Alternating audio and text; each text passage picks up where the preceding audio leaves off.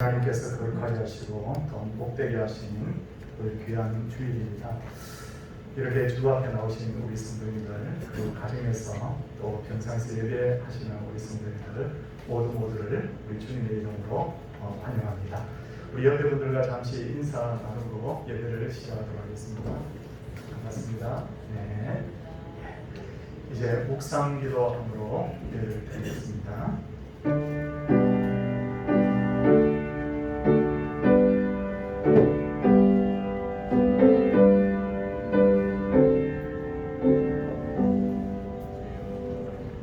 할렐루야. 여호와의 종들아 찬양하라. 여호와의 이름을 찬양하라. 이제부터 영원까지 여호와의 이름을 찬송할지로다. 아멘. 사도신경으로 우리의 신앙을 고백하겠습니다. 나는 전능하신 아버지 하나님 천지의 창조주를 믿습니다. 나는 그의 유일하신 아들 우주 예수 그리스도를 믿습니다. 그는 성령으로 잉태되어 동정녀 마리아에게 승하시고 본디오 빌라도에게 고난을 받아 십자가에 못 박혀 죽으시고 장사된 지 사흘 만에 죽은 자 가운데서 다시 살아나셨으며 하늘에 오르시어 전능하신 아버지 하나님 우편에 앉아 계시다가 거기로부터 살아있는 자와 죽은 자를 심판하러 오십니다. 나는 성령을 믿으며 거룩한 공교회와 성도의 교제와 죄를 용서받는 것과 몸의 부활과 영생을 믿습니다. 아멘. 찬송 254장입니다.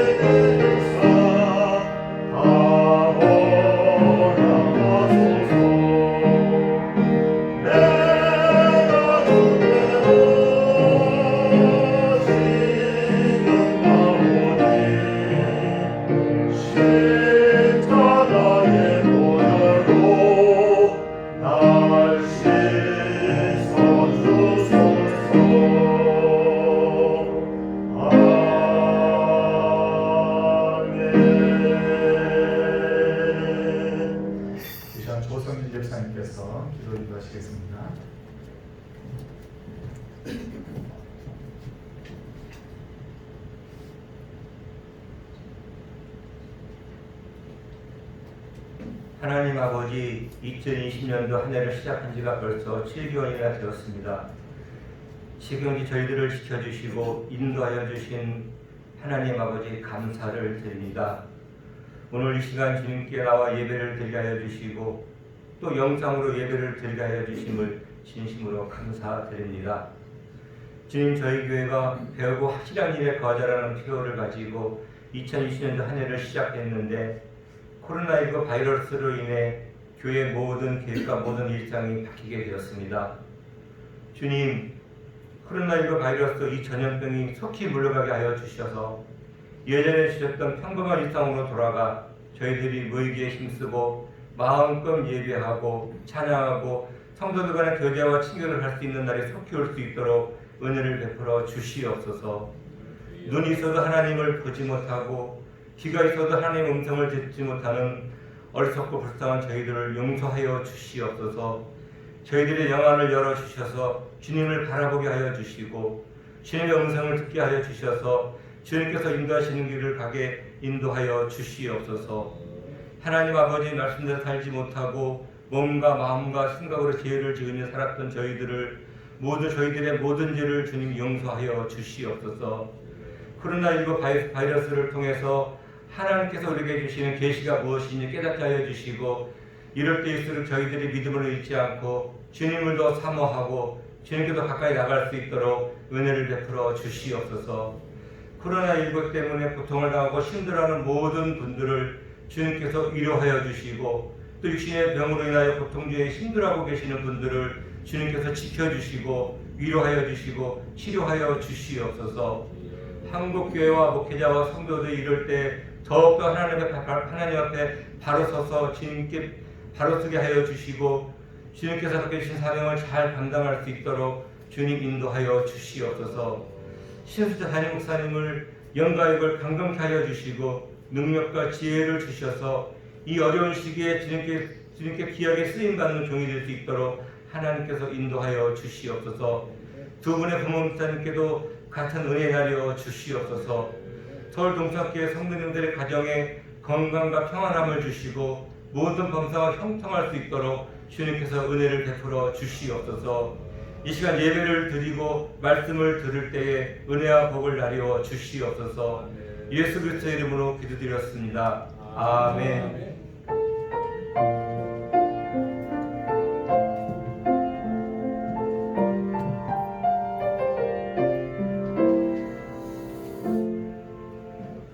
하나님의 말씀은 열왕기상 17장 1절에서 7절까지의 말씀입니다.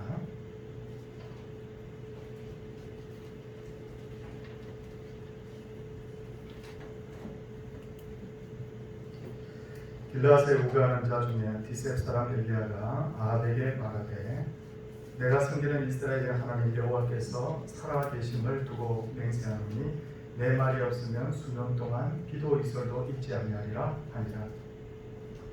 여호와의 말씀이 엘리야에게 임하여 이르시되 너는 여기서 떠나 동쪽으로 가서 요단앗 그리 시내가에 숨고 그 시냇물을 마시라. 내가 까마귀들에게 명령하여 거기서 너를 먹이게 하리라.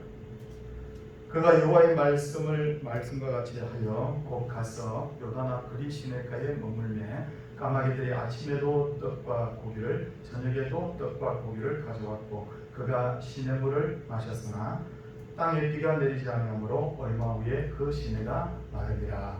아멘.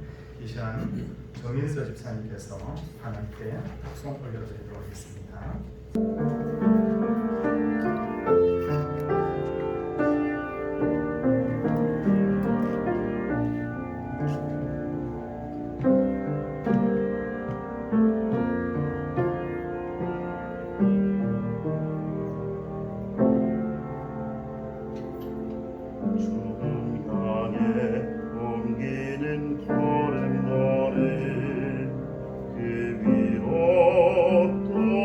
떨어지는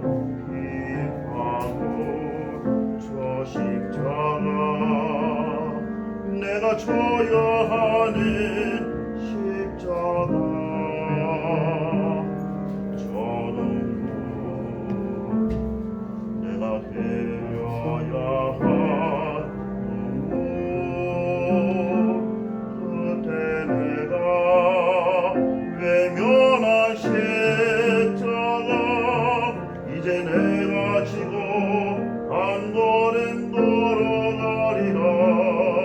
다시 만나 주 앞에 설 때까지 나의 십자가 거두지 마소서. 나의 십자가 옮기지 마소서. 이 땅에서 나의 십자가 저 하늘에서 나의 면류관.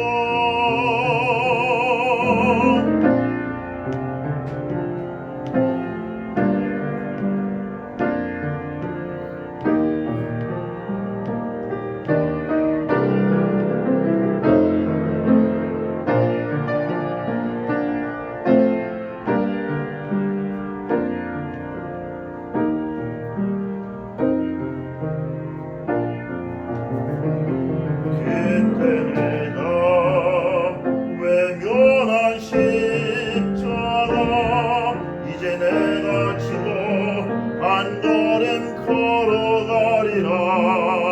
다시 만나 주 앞에 설 때까지 나의 십자가 거두지 마소서. 나의 십자가 옮기지 마소서. 이 땅에서 나의 십자가 저 하늘에서 나의 면류관. 저 하늘에서 나의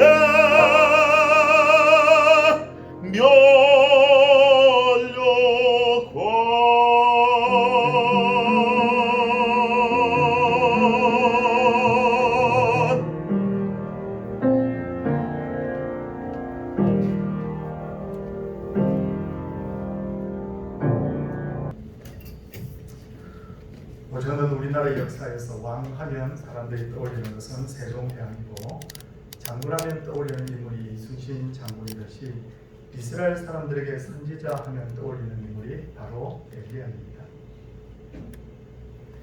엘리야는 하늘에서 불을 끌어내리는 특별한 능력을 가졌을 뿐만 아니라 변화산에서 예수님이 변화되셨을 때 엘리야는 모세와 함께 예수님과 앞에 서 있었죠. 그만큼 엘리야는 선지자 중에서 최고의 선지자로 쓰임받았다는 것을 알 수가 있습니다.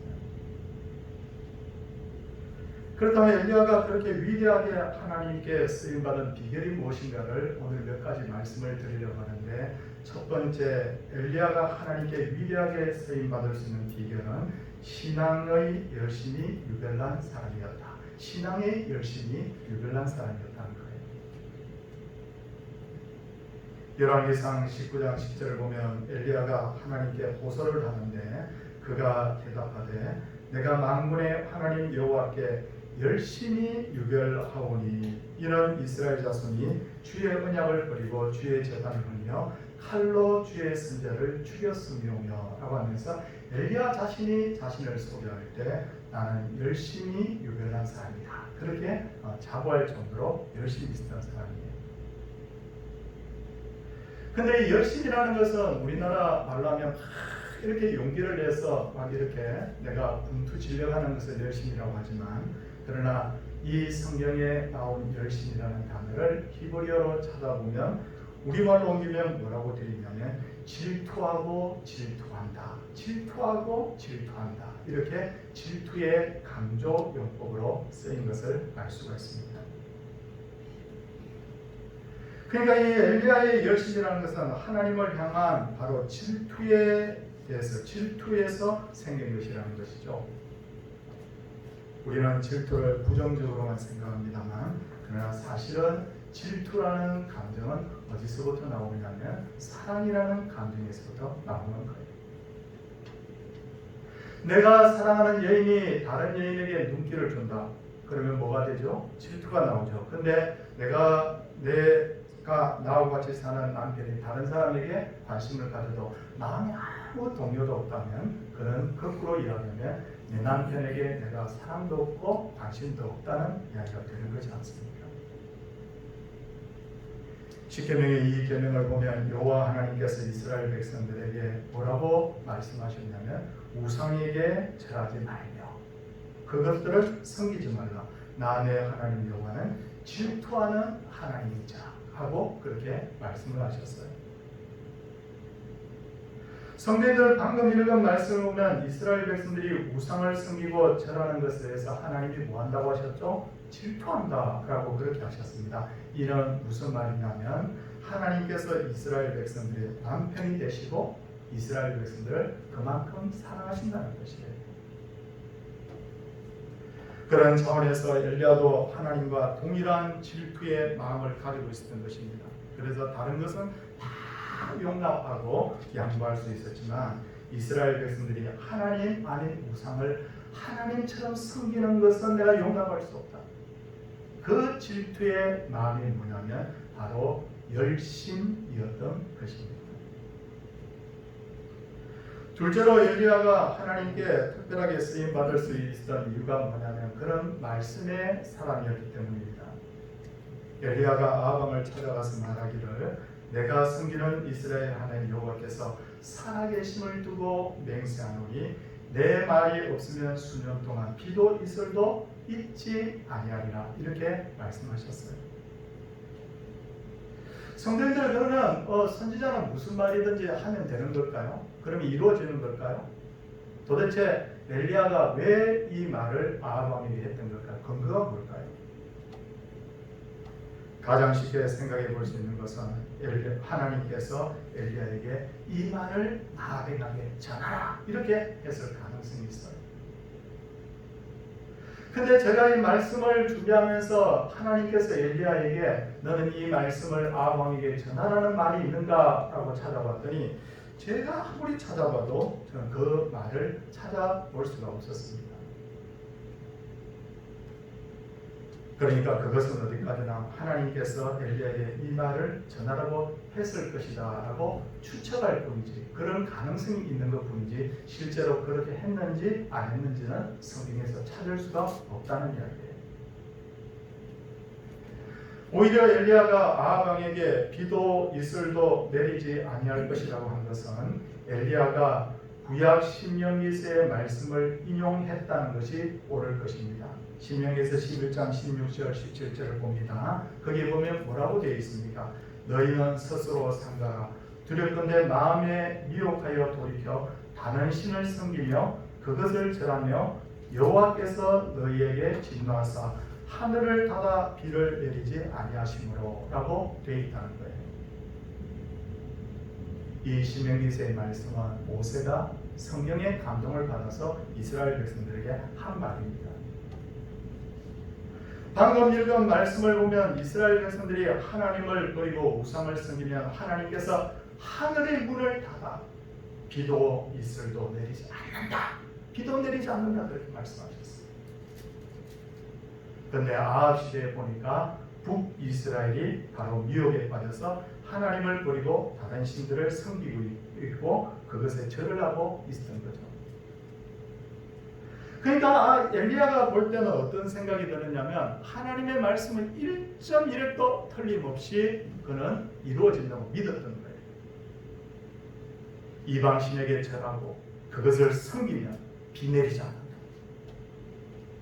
이 신명기 11장 16절 17절의 말씀대로 엘리야가 오래전에 신명기서의 말씀이지만 이루어진다. 그래서 그는 하늘이 닫혀 비가 내리지 않을 것이라고 그렇게 아합에게 가서 선포를 했던 겁니다. 이러보건대 엘리야는 하나님의 말씀에 대한 지식과 더불어 하나님의 말씀에 대해서 100% 신뢰한 사람이라는 것을 알 수가 있습니다. 우리들 주변을 돌아보면 그냥 신앙생활을 대충 하는 교인들은 성경에 나온 말씀이 그대로 이루어질 것이라는 것에 대해서 확신이 별로 없는 사람들이 많아요. 성도님들, 성경이 어떻게 되어 있습니까? 성경에 보니까 하나님을 미워하고 범죄하면 3, 4대까지 이르러 벌이 내린다, 그렇게 되어 있죠. 근데 어떻습니까? 진짜 조심해야 되겠구나, 이렇게 생각이 드는데 그게 정말 이루어질까? 대충 예수 믿는 사람들은 그렇게 생각한다는 거예요. 그리고 반대로 하나님을 경외하면 1000대까지 복받는다, 그렇게 되어 있어요. 이야, 할렐루야, 정말 우리가 열심히 하나님 섬겨야 되겠구나, 그렇게 해야 되는데 대충 예수 믿는 사람은 그게 진짜 그렇게 될까? 이렇게 의심한다는 거예요. 왜냐하면 이분들의 공통점이 뭐냐면 하나님의 말씀에 대한 확신이 없기 때문에 그런 거예요. 성도님들, 왜 하나님을 믿는다고 하면서도 하나님의 말씀에 대한 확신이 없을까요? 그것은 성도들이 세상에 너무 몰입이 되어 있기 때문입니다. 저 강원도 정선에 가면요, 카지노라는 곳이 있는데 노름을 전문적으로 하는 곳이죠. 근데 카지노에 저는 한 번도 가본 적이 없습니다. 근데 카지노에 갔다 오신 분들의 말에 의하면 카지노에는 두 가지가 없다. 첫째는 뭐가 없냐, 아무리 사방을 둘러봐도 시계가 없답니다. 그리고 카지노에는 또 한 게 없는 게 있는데 그게 뭐냐면 넓은 객장이 이렇게 펼쳐져 있는데 거기에 창문이 없다고 해요. 시계가 없으면 노름하면서도 시간 가는 줄을 모르고, 창문이 없으면 자신이 지금 앉아있는 이 카지노가 세상의 전부인 것처럼 느껴진다. 더군다나 카지노에는 먹을 것과 마실 것을 거의 공짜 수준으로 공급해 줄 뿐만 아니라 버스나 호텔도 거의 공짜 수준이랍니다. 의외로 굉장히 싸다고 그래요. 그래서 다른 것에 신경 쓰지 않고 오직 노름에만 집중할 수 있도록 그렇게 분위기를 만들어 버린대요. 우리가 살고 있는 세상이 바로 카지노와 같다는 거죠. 사탄은 끊임없이 우리에게 어떻게 합니까? 먹고 사는 문제에 집착하게 하는 거예요. 사탄은 어떻게 합니까? 자꾸만 사람들에게 어떤 마음을 심어주냐면 이 땅의 삶이 전부인 것처럼 자꾸만 쇠뇌를 시킨다는 거예요. 죽으면 끝이지, 한평생 이 땅에 와서 잘 먹고 잘 살면 되는 거지, 자꾸만 이렇게 사람들의 마음을 흔들어 버린다는 거예요. 그러다 보니까 사람들로 하여금 천국과 지옥에 대해서는 생각을 못하게 합니다. 그러므로 하나님을 믿는 성도조차도 하나님의 음성 듣기가 어려웁니다.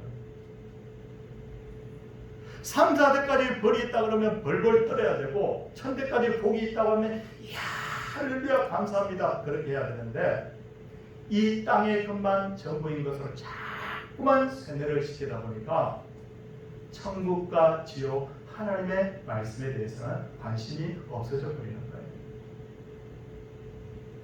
성도님들, 하나님의 음성을 들을 수 있는 훈련을 해야 됩니다.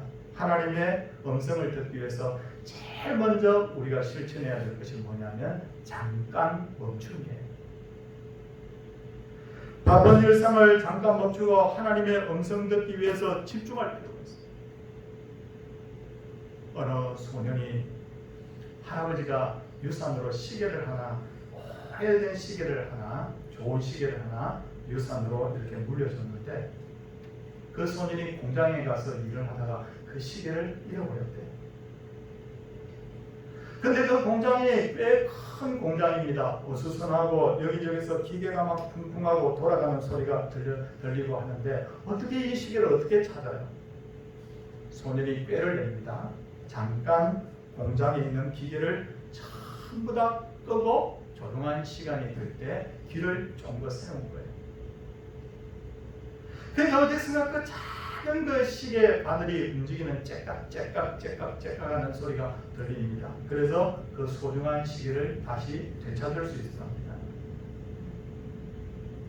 하루 종일 바쁘게 살다가 잠시 멈추고 기도하는 것은 하나님의 음성을 듣기 위한 멈춤의 시간인 거예요. 왜 우리가 왜 큐티를 해야 됩니까? 큐티를 해도 되고 안 해도 되는데 왜 큐티를 하라고 자꾸만 말씀드리냐면 하나님의 음성을 듣기 위해 귀를 쫑긋 세우라는 이야기예요. 잠깐 멈추고 하나님이 우리에게 무슨 말씀을 하시는지 우리가 들어야 된다는 거예요. 세상 소리에 지나치게 귀를 기울이거나 지나치게 분주하게 살면 하나님의 음성을 듣지 못하는 거예요. 호렙 산으로 간 엘리야가 여기에 하나님의 음성이 있나 저기에 하나님의 음성이 있나 하고 막 귀를 기울이고 있는데 거기에 보니까 뭐라고 되어 있느냐면 하나님의 음성이 세미한 하나님의 음성이 들렸다고 그렇게 말씀하고 있습니다. 그러므로 일상의 삶을 잠깐 멈추고 귀를 기울일 때만 그 세미한 하나님의 음성을 들을 수 있는 거예요. 엘리야 시대에 그렇게 많은 사람이 있었는데도 불구하고 엘리야가 특별히 하나님의 음성을 들을 수 있던 이유가 뭐냐?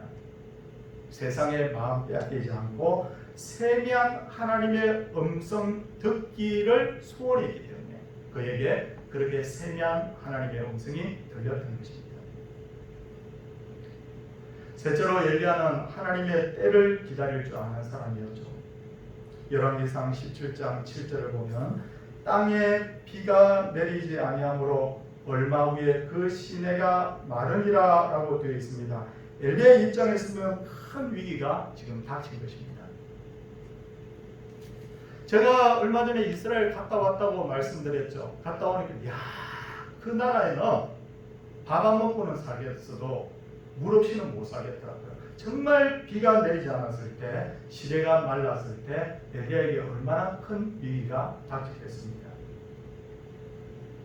그런데 그 다음 구절을 보시면 뭐라고 되어 있느냐면 여호와의 말씀이 엘리야에게 임하여 이르시되 그렇게 되어 있어요. 보십시오. 8절에 그렇게 되어 있죠. 그 다음 절에 보면 그렇게 되어 있습니다. 17장 8절 여호와의 말씀이 엘리야에게 임하시되 시내가 마르고 난 후에 여호와의 말씀이 엘리야에게 임했다 그렇게 되어 있습니다. 그런데 시내가 마른 후에 얼마나 있다가 하나님의 말씀이 임했는가? 아마 시내가 마르자마자 하나님의 말씀이 임했을 수도 있습니다. 아니면 하루 이틀 지나서 하나님의 말씀이 임했을 수도 있고 그것도 아니면 그보다 오랜 시간이 지나서 하나님의 말씀이 임했을 수도 있어요. 하지만 한 가지 분명한 게 있어요. 그것은 엘리야가 목이 말라서 쓰러지기 전에 하나님의 말씀이 임했다는 거예요. 이와 같이 하나님은 언제나 가장 알맞은 때, 이걸 뭐라고 합니까? 적기에. 하나님은 언제나 가장 알맞은 시간에 우리를 찾아오신다. 그러므로 우리에게 요구되는 것이 뭐냐? 이게 아주 중요한 오늘 포인트인데 그것이 뭐냐면 기다림입니다. 하나님은 하나님의 때에 우리를 찾아오십니다. 우리가 해야 될 것이 뭐냐면 기다리는 거예요. 그런데 여기서 우리가 핵심 포인트로 꼭 짚어야 될 것이 뭐냐면 나의 기준에서의 기다림이 아니라 하나님의 기준에서 우리가 기다려야 합니다. 성도님들, 사울에 대한 이야기를 잠시 들려드리겠습니다. 사울이 블레셋과의 전쟁을 치르게 되었어요. 사무엘 선지자가 와서 기도해주고 전쟁을 시작해야 되는데 하나님께 제사를 드리고 난 후에 전쟁이 시작해야 되는데 며칠이 지나도 사무엘이 나타나지 않는 거예요. 그래서 사울은 자기가 임의로 하나님 앞에 번제를 드렸습니다. 제사장만이 할 수 있는 건데 잘 했던 거예요.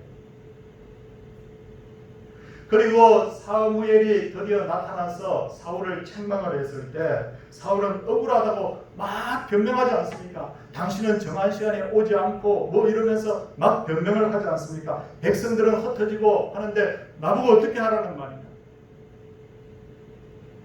사울이 한 말을 가만히 들어보면 어느 정도 일리가 있다는 것을 알 수가 있어요.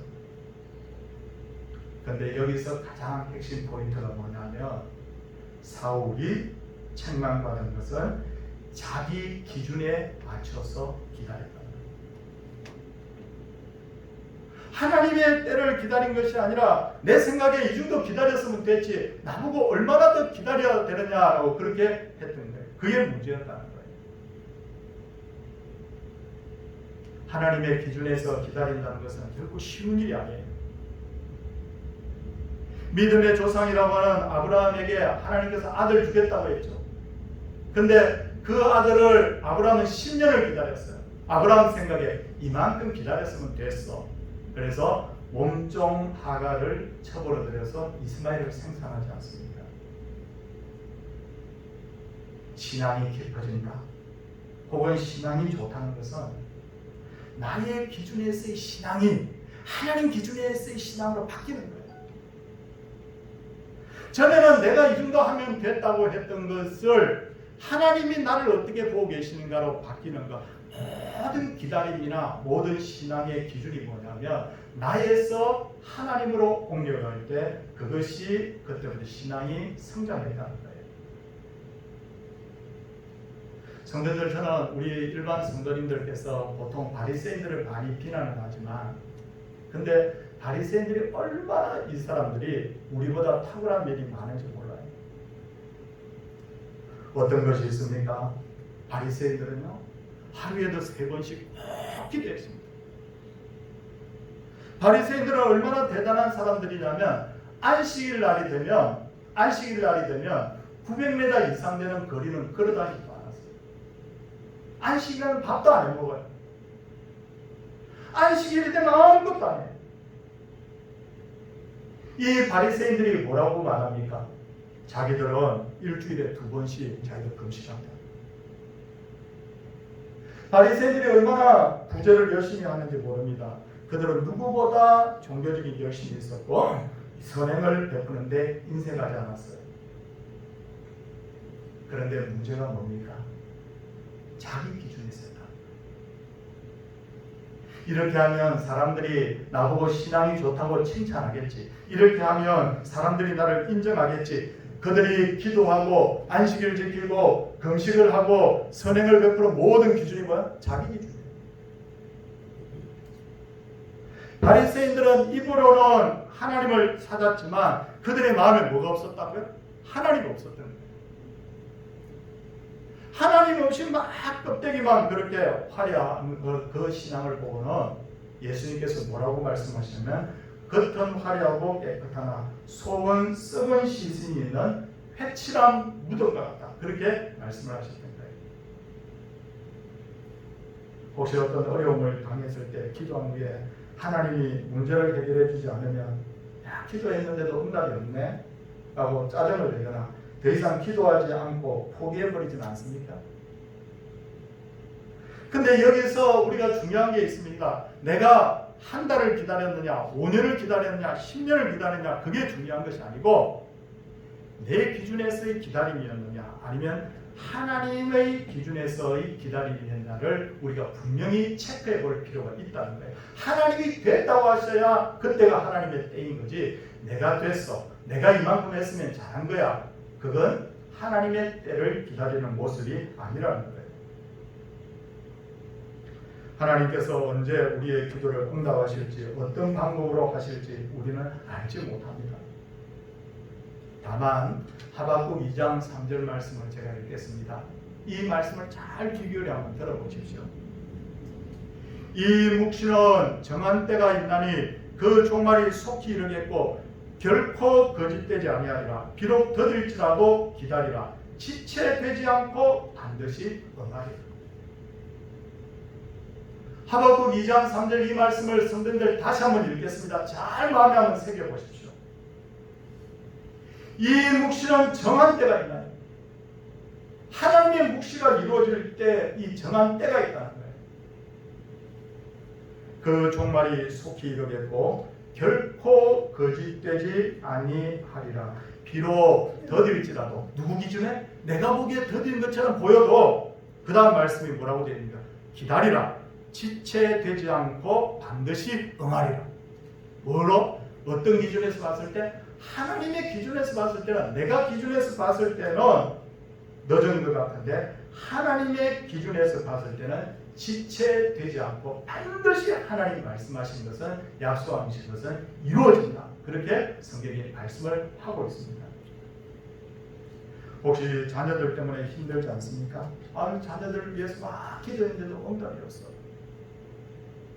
성도님들 혹시 사업 때문에 힘듭니까? 아니면 건강 때문에 힘들어합니까? 나는 참 하나님 앞에 이 병을 고쳐달라고 기도하는데 의사는 찾아갈 때마다 고개를 갸우뚱거리고 자꾸 내 마음을 불안하게 할 때는 없습니까? 기도했는데도 응답이 없는 것은 뭡니까? 내가 생각할 때는 안 들어주는가 봐. 하나님께서 드디어 응답하시려나 봐. 그게 아니에요. 뭡니까? 하나님의 때가 아니기 때문인 거예요. 기도에도 하나님의 응답이 없는 것은 더 기도하라는 뜻이잖아요. 더 기도하라. 내 때가 아니야 아직은. 저는 아예 기도할 때 응답이 안 오면 아예 마음을 고쳐먹습니다. 어떻게 고쳐먹느냐면 안 되면 뭐 10년 기도하지, 안 되면 15년 20년 기도하지 뭐. 그렇게 딱 마음을 먹이면 훨씬 마음에 여유가 생기더군요. 그리고 하나님은 내가 생각하지 못한 방법으로 응답해 주실 때가 많아요. 저는 지금까지 살아오면서 야 하나님이 이렇게 응답을 해주는가, 이렇게 와 하나님이 이렇게도 응답해줘, 이야 이런 걸 굉장히 많이 경험을 했는데 왜 그런가 하면 하나님은 나보다 천배 만배 더 뛰어난 분이기 때문에. 그래서 다윗이 이와 같은 고백을 합니다. 다윗의 고백을 잘 들어보시기 바랍니다. 하나님이여 주의 생각이 내게 어찌 그리 보배로우신지요 그 수가 어찌 그리 많으신지요. 사람이 볼 때는 문제 해결 방법이 한 가지 두 가지밖에 보이지 않는데 다윗이 뭐라고요? 그 수가 어찌 그리 많은지요. 하나님께서 문제 해결하실 수 있는 방법은 1000가지도 넘는다는 뜻이에요. 하나님의 때를 기다리는 것이 어려운 이유는 크게 두 가지인데 하나님의 때가 언제인지 모르기 때문에. 두 번째는 뭡니까? 나는 믿음으로 조용히 하나님의 때를 기다리는데 상황이 점점 나빠질 때예요. 엘리야의 경우를 보십시오. 하나님께서 엘리야에게 너는 사마리아를 떠나서 요단강 그리 시내가에 숨어라 그렇게 했죠. 엘리야는 아무 대꾸 한 마디도 않고 아멘 하고 가서 그리 시내가에 숨습니다. 근데 어떻게? 거기서 모든 것이 다 잘 되는 것이 아니라 근데 하나님께서 엘리야에게 더 좋은 상황을 주실 줄 알았는데 이번에는 뭐라고 말씀하시냐면 너는 일어나 시돈에 속한 사르밧으로 가라 그렇게 말씀하시는 거예요. 시돈에 속한 사르밧은 그리 시내가보다 더 안 좋은 곳이에요. 조금 이따 제가 설명을 드리겠습니다. 우리에게 이런 일이 얼마든지 있을 수 있다는 거예요. 하나님의 때를 기다리면서 막 기도했더니 응답은 안 오고 자꾸 상황이 더 나빠져. 하나님의 때를 기다리면서 자꾸만 하나님의 때를 기다리면서 기도했는데 모든 상황들이 더 안 좋게 자꾸 풀어지는 거예요. 근데 중요한 것은 뭐냐면 그때도 여전히 하나님의 때를 기다릴 수 있느냐? 하나님은 우리에게 묻고 계신다는 거예요.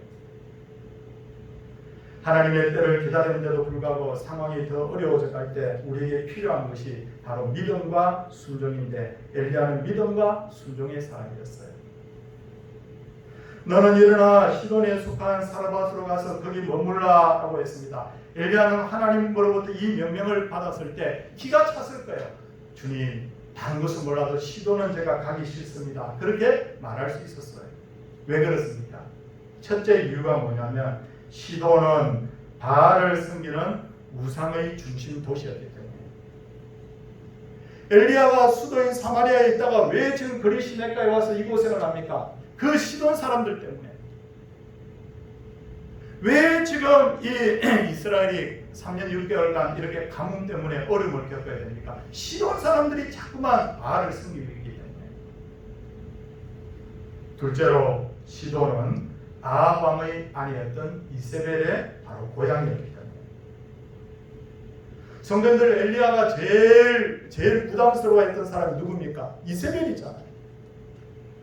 이세벨 때문에 이 엘리야는 도마를 가서 브엘세바를 지나서 남쪽 광야로 가서 주님 족합니다. 제가 차라리 죽는 게 좋습니다. 그렇게 말했잖아요. 그러니까 그만큼 이 시돈이라는 것은 바로 엘리야에게 그만큼 부담스러운 것이었어요.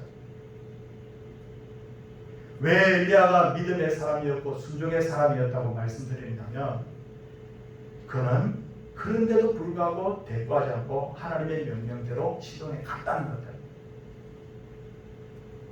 그렇다면 하나님께서 왜 자꾸만 엘리야라고 힘든 장소로 왜 보내는가? 한마디로 정리를 하면 그곳이 바로 엘리야가 있어야 될 곳입니다. 하나님께서 왜 우리로 하여금 자꾸만 이렇게 기도하게 만들고, 왜 우리로 하여금 자꾸만 이렇게 수고하게 만들고, 왜 인내하게 만드는가? 하나님의 계획은 우리가 편하게 살다가 천국 보는 것이 하나님의 계획이 아니라 하나님이 원하시는 일을 하는 일꾼으로 살다가 천국 오기를 원하시기 때문에 그런 거예요. 성도님들, 우리가 저도 한 번씩 그런 생각이 듭니다. 어떤 때 막 힘들 때가 있어요. 하나님 왜 제가 여기에 있어야 됩니까? 가정이 힘들 때 왜 하나님 제가 이 가정에 있어야 됩니까? 자녀들이 속을 썩일 때 왜 우리 아이들입니까? 회사 생활이 힘들 때, 아니면 교회에서 구역이나 전도회가 마음에 안 들 때 왜 하나님 제가 여기에 있어야 됩니까? 라는 말할 때 하나님이 우리에게 이렇게 말씀하실 것 같아요. 그곳이 바로 내가 있어야 될 장소예요. 성도님들, 하나님의 말씀에 순종하려면 반드시 수고가 있어야 돼요. 그런데 평안한 장소에서의 넌 수고의 열매를 거둘 수 없잖아요. 헤롯의 궁전에서 무슨 수고의 십자가를 질 수 있습니까? 십자가를 져야 될 곳은 골고다 언덕입니다. 그래서 하나님께서는 이 엘리야로 하여금 수고하게 하시니 그냥 수고하게 하심이 아니라 뭐냐면 하나님의 그 더 위대한 뜻을 이루도록 하기 위해서 그에게 이 수고의 이 떡을 먹도록 하신 것이라는 거죠. 이제 말씀을 정리하도록 하겠습니다. 하나님이 특별하게 쓰시는 사람 네 종류, 네 가지 특징이 있습니다. 첫째는 뭡니까? 열심. 첫 번째는 열심인데 거룩한 열심. 거룩한 열심은 뭡니까? 다른 데로 막 열심을 내는 것이 아니라 이 열심이 뭐냐면 질투심. 하나님 아닌 다른 대상을 섬기는 데 대한 질투심이 있는 사람. 두 번째, 하나님이 쓰시는 사람은 어떤 사람입니까? 하나님의 말씀이 그대로 이루어질 것이라고 하나님의 말씀을 100% 신뢰하는 사람. 세 번째, 하나님이 쓰시는 사람은 어떤 사람이에요? 하나님의 때를 기다릴 줄 아는 사람. 네 번째, 하나님이 쓰시는 사람은 어떤 사람입니까? 어떤 상황 속에서도 하나님을 믿고 그분의 말씀에 순종하는 사람입니다. 사랑하는 우리 성도님들, 지금 참 우리가 어려운 세상을 살아가고 있는데 이 세상이 전부가 아니에요. 하늘로만 창문을 우리 영의 눈으로 바라보면요, 야, 저기서 하나님께서 우리를 지켜보고 계신다는 것을 우리가 기억하시기 바랍니다. 하나님은 엘리야를 쓰셨던 그 하나님은 오늘도 우리를 쓰시려고 우리를 기다리십니다. 사랑하는 우리 모든 성도님들, 하나님을 향한 유별난 열심이 있는 사람, 말씀을 절대 신뢰하는 사람, 하나님의 때를 기다릴 줄 아는 사람, 말씀에 100% 순종하는 사람, 이런 삶을 통해서 우리 모두에게 하나님께서 은혜를 크게 부어주시기를 주님의 이름으로 소원을 드립니다. 찬송 382장입니다.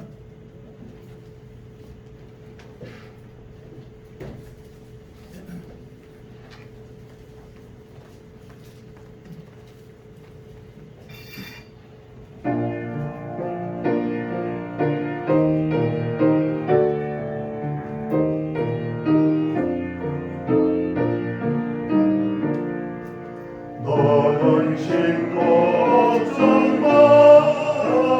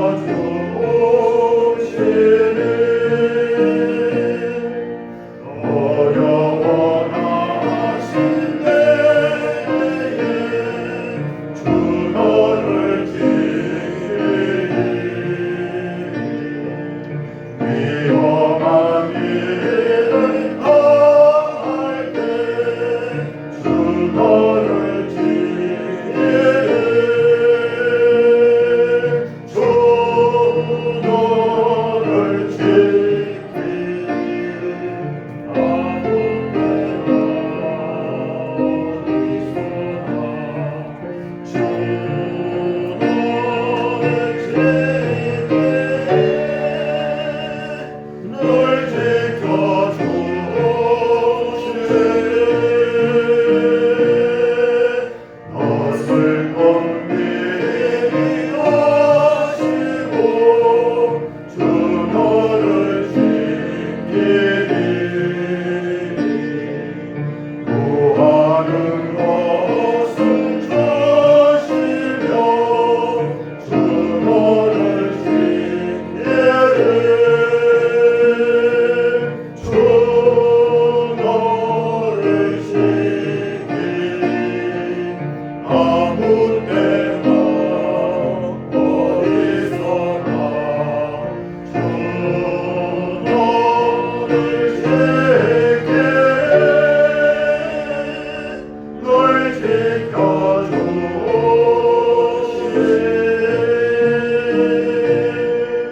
어려운 시험 안에도 주 너를 지키리 우주의 품에 거하라 주 너를 지키리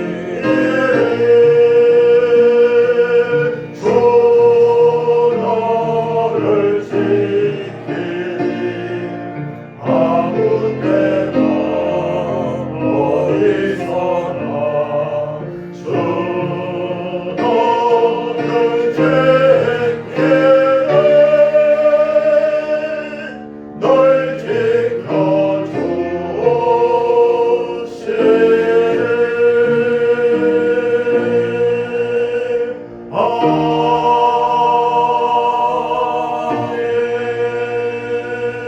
아멘 항상 동행하시며 위로와 용기와 희망을 주시는 주님 은혜 감사합니다.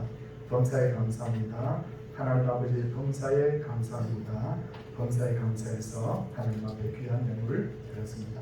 손을 모으고 기도하겠습니다. 주님, 우리 선배님들 중에는 남에게 말할 수 없지만 가정에 어려움 있는 분도 있고 자녀 때문에 어려워하는 분들이 있고 남들이 알지 못하는 문제들을 안고 기도하는 분들도 있고 물질의 문제나 사업의 문제나 생활의 문제나 인간관계의 여러 가지 문제 때문에 힘들어하고 있는 분들이 있습니다. 하나님 왜 저입니까? 왜 제가 이렇게 힘든 곳에 제가 있어야 됩니까? 라고 우리가 물으실 때 하나님께서는 그곳이 바로 내가 있어야 될 곳이다 라고 그렇게 말씀하고 계시는데 하나님 우리가 믿는 사람으로서 정말 하나님의 뜻을 분별할 줄 알고 하나님을 절대 신뢰함으로 우리가 하나님의 때를 기다릴 수 있는 믿음의 사람들 되기를 원하옵나이다. 내가 기도했더니 5년 동안 기도했는데 응답이 안 됐습니다. 하나님 10년 동안 기도했는데 응답이 안 됐습니다. 하나님 이것이 아니라 하나님의 때는 반드시 더디지 않고 지체되지 않고 이루어진다고 말씀하셨사오니 그 때를 바라보며 우리가 큰 믿음의 결단을 할 수 있도록 하나님 우리에게 은혜 더하여 주시옵소서. 사랑해 주님 우리 병석에 누워있는 분들이 하나님 계십니까? 하나님 이분들도 하나님이여 왜 이렇습니까? 왜 빨리 고쳐주지 않습니까? 라고 분명히 기도할 때인데 하나님의 때가 있고 하나님의 때는 반드시 지체되지 않고 하나님의 응답으로 이루어 주실 줄 믿습니다. 때를 기다리는데 어떤 때는 더 나쁜 상황이 될 수도 있는데 그것 때문에 우리의 믿음이 흔들릴 때도 있는데 그때도 살아계신 하나님 말씀 한마디로 천지를 창조하신 하나님을 여전히 신뢰할 수 있는 저희들 되게 하여 주시옵소서. 그래서 병석에 누워있는 분들이 소망의 주님을 바라볼 수 있게 하여 주시옵소서. 하나님 자녀를 위해 기도합니까? 하나님 여러 가지 문제로 기도합니까? 하나님께서 응답해 주신 것을 믿고 주님 구할 수 있는 믿음과 순종의 사람들 되게 하여 주시옵소서. 하나님 이 코로나도 하나님이 정한 때가 있는 줄 믿습니다. 아무리 전염성이 강한 이 하나님 바이러스라도 하나님이 정한 때에는 반드시 물러가게 될 줄을 믿습니다. 그때 그 고난의 때 너희들이 어떻게 신앙생활을 했냐고 물을 때 우리가 주여 그때도 여전히 흔들리지 않고 믿음을 붙들었나이다라고 고백할 수 있게 저에게 은혜 더하여 주시옵소서. 주님을 사랑하는 마음으로 귀한 11조 드리고 또 감사의 물 드리며 전도 선교의 물 건축의 물 주정의 물 주 앞에 드렸나이다. 하나님이여 우리의 믿음이 천국 가는 그날 동안 날마다 성장해 갈 수 있게 하여 주시옵시고, 헌물을 드린 분들의 마음에 소원을 주께서 헤아리시고 그 소원하는 것들이 다 주의 은혜 가운데 이루어지게 하여 주시옵소서. 이 아침에도 이곳에 나오신 분들 하나님 돕주시고, 침상에서 하나님이여, 병석에서 하나님, 가정에서 하나님이여 예배드리는 모든 분들에게 하나님이여 은혜를 베풀어 주시옵시고, 우리가 한 마음으로 한 신앙이 되었사오니 함께 복받는 서울동산교회 되게 하옵소서. 주 예수 그리스도의 은혜와 하나님의 사랑과 성령의 감화교통하심의 역사가 주의 백성들에게 이제로부터 영원토록 함께 있을지어다. 아멘.